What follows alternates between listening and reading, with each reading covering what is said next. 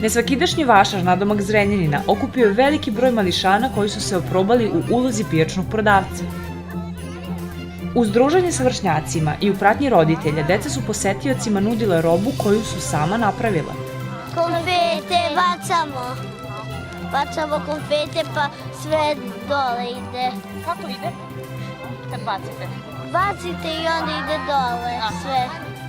Ja sam ovde došla zato što ja volim da prodajem i zato što ima svake lepe dece.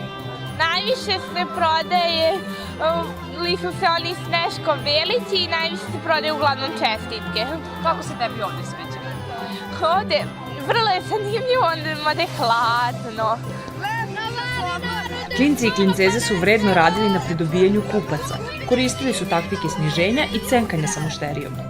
Ćao, šta mi nudiš da kupim? Pa, bilo šta. A imaš neke svećice? Da, Čuo evo. sam. Ovo?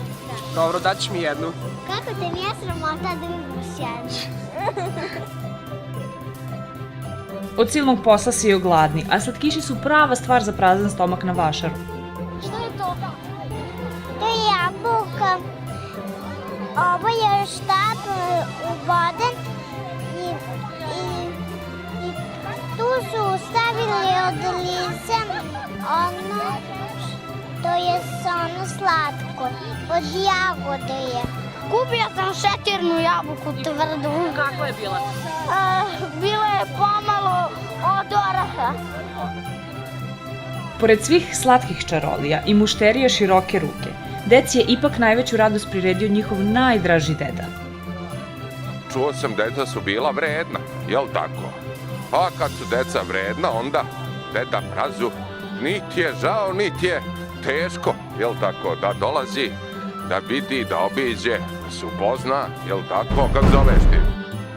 Velika posjećenost ove praznične pijace je svakako ohrabrila organizatore da nastave sa svojim radom i ambicijom da ovaj vašar postane tradicija u Banatu.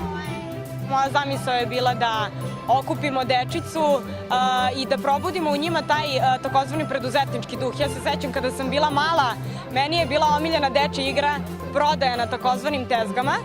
S obzirom na to da se ova manifestacija održava po prvi put, strašno sam zadovoljna odzivom kako dece, roditelja, tako i ostalih posetioca.